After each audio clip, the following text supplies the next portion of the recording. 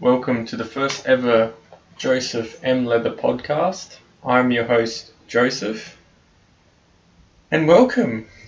Today is the 26th of December, Saturday. I hope you all have had a Merry Christmas.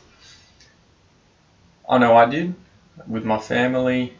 Went to midnight mass on Christmas Eve, and it was just an absolutely beautiful mass.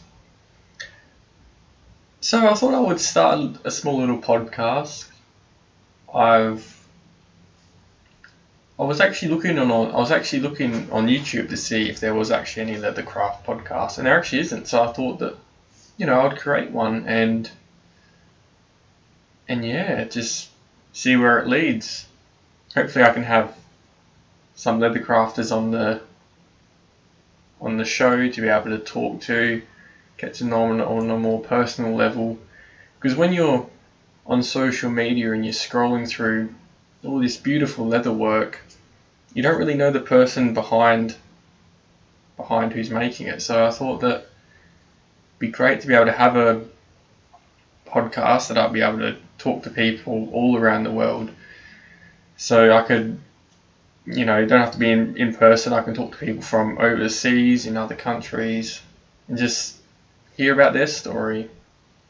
I know my story personally, when I first got into leathercraft, it was in 2018, as a mere hobby, and over the course of months and I guess those 2 years, I've decided I want to make a business out of it, a brand. So I launched my website.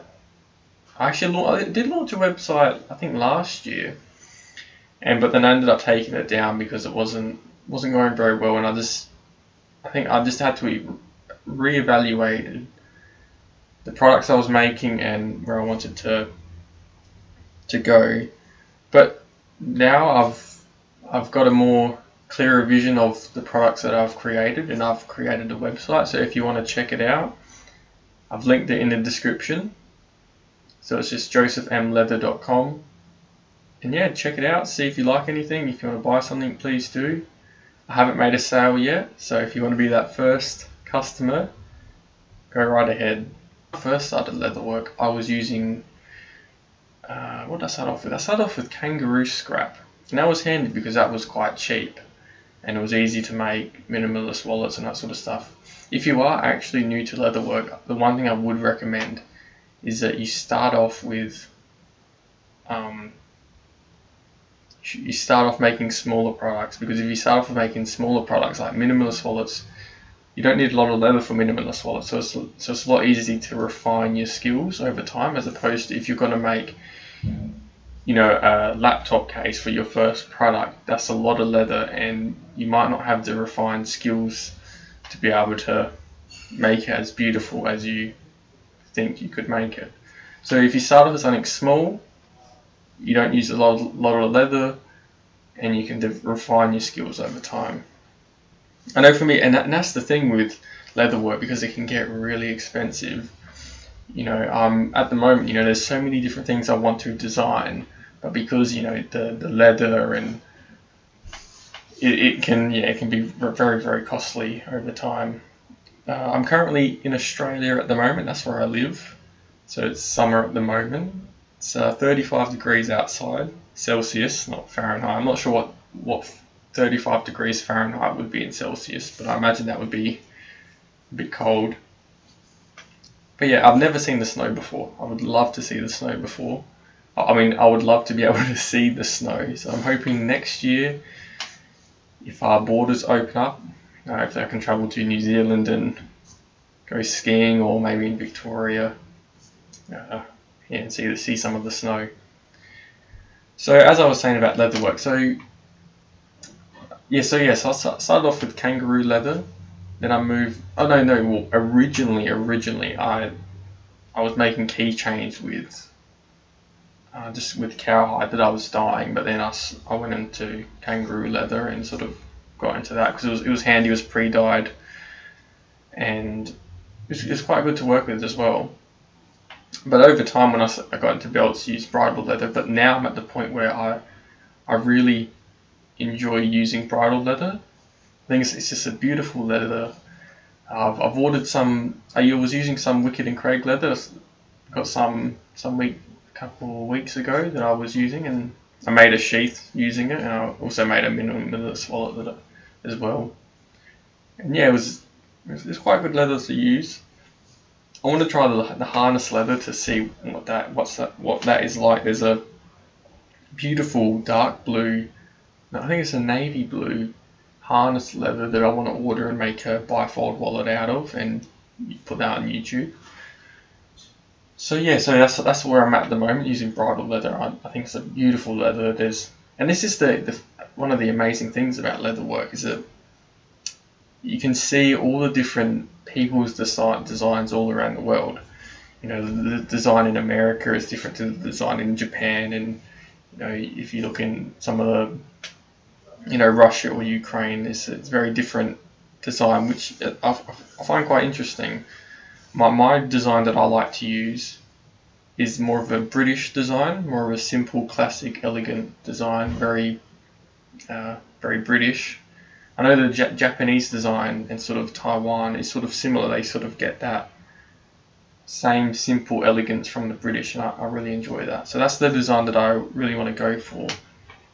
It's interesting that the American design some of the American leather crafters that I've seen is quite Western, and I find that quite interesting. So yeah, it's quite interesting to see all the different crafters, their designs that they like to use for leather work, and that's why I want to be able to, if I can talk to some leather crafter, it'd be awesome. So please be sure to be able to please share this video. I'm going to have it on YouTube at the moment because I'm not really sure how to upload podcasts on, and because YouTube's it's quite simple, it's quite handy to use, quite simple to use. So that's where I'm at with my leather work. It's a wonderful hobby to, when I got into it, it was just it's quite interesting hobby, because I think in the past when I looked at hobbies, I never really saw it as quite of a recreational thing, I guess. And when you sit in there and you're just hand stitching away, and the quietness of the world, and we're so distracted these days, and when you're doing leather work, it's sort of, you have your focus on your project at hand, and it's a very beautiful thing. Also, I think shoemaking is if I could make shoes, that would be absolutely amazing. Some of the shoemakers that I've seen on YouTube, some of the shoes that people can design it's absolutely incredible. I think that's the pinnacle of leather craft. That and saddlery is such beautiful what crafters can do to a piece of leather. So it's sort of, that's the same with tailoring. I find tailoring suits and shoemaking is just a very beautiful craft. And I know if I could be a shoemaker, I think one of the things I would make is loafers. I think loafers are absolutely beautiful. I live in Australia, and the climate it's actually interesting, because I do want to make a video on my shoe collection, because I've got four outside of sneakers and flip-flops, I got 4 particular shoes that I like to wear, and they're two Chelsea boots and 2 loafers, and it's sort of it's a good staple. It's actually quite good little collection that I have, because it's a very versatile pair of shoes. But because it's summer at the moment, I find that the Chelsea boots, they do get a bit hot around your ankles to wear, because they're quite high. So wearing the loafers are quite nice, and it's good because where I live, it's quite of a, I know my auntie, she said, it's where we live, it's a bit of a Mediterranean climate. It's not very humid. It's more of a dry climate.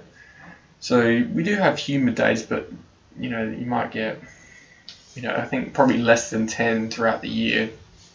So loafers during summer are being able to wear my loafers, and they're just beautiful shoes. So leather work with shoemaking, I just find absolutely beautiful. I haven't really, and that's the thing, 'cause I don't really know much about saddlery per se. Like I do like the bridles on the horses. I think they're beautiful. So I don't really know much about saddle making. I know I'm not sure if it's really big in Australia. I know from what I've seen in the United Kingdom, in England, it's quite big, and I think it would be a wonderful apprenticeship to be able to go on. It's been very interesting leatherwork because I feel like it's been an explosion over the past 2 years.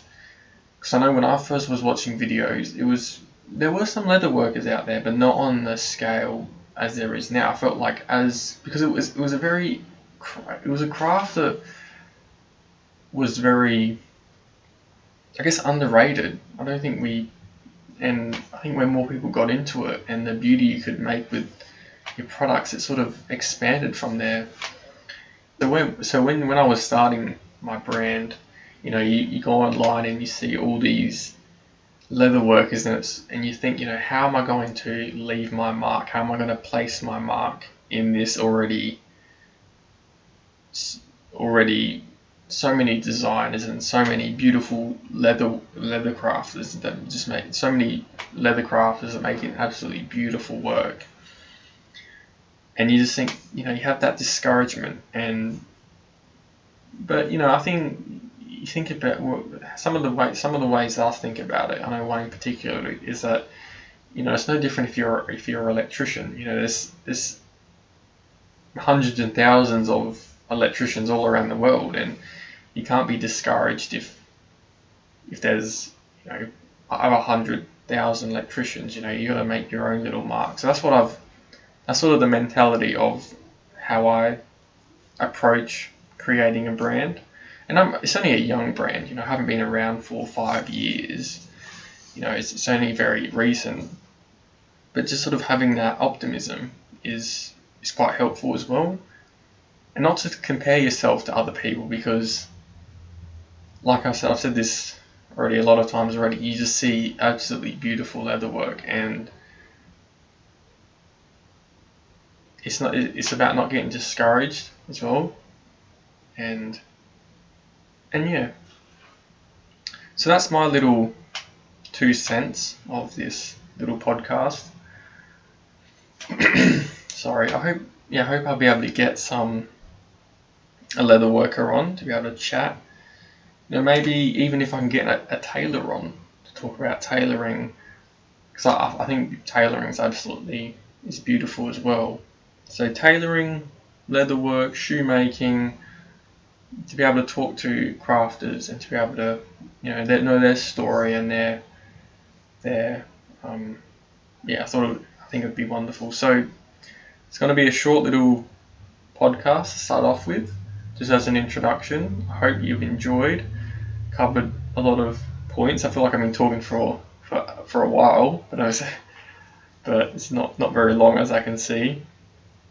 But yeah, if you enjoy this, please leave a comment, like, subscribe. If there is any particular leather crafter, shoemaker, or a tailor you want to show, please let me know. I can contact them. Also, if there's any questions as well you want me to ask a particular person, please feel free. I think what I might do, on Instagram, if you like my Instagram page, I can post a who I'm going to interview, and if there's any questions you want to ask, just leave in the comment section, so it's a lot more easier to fill out, for me to record and to be able to ask this person. So I hope you've enjoyed the first ever Leathercraft podcast that I'm doing. And yeah, I hope you have a Merry Christmas. It's the 26th of December, as I can see. And I hope you have a Happy New Year, and God bless.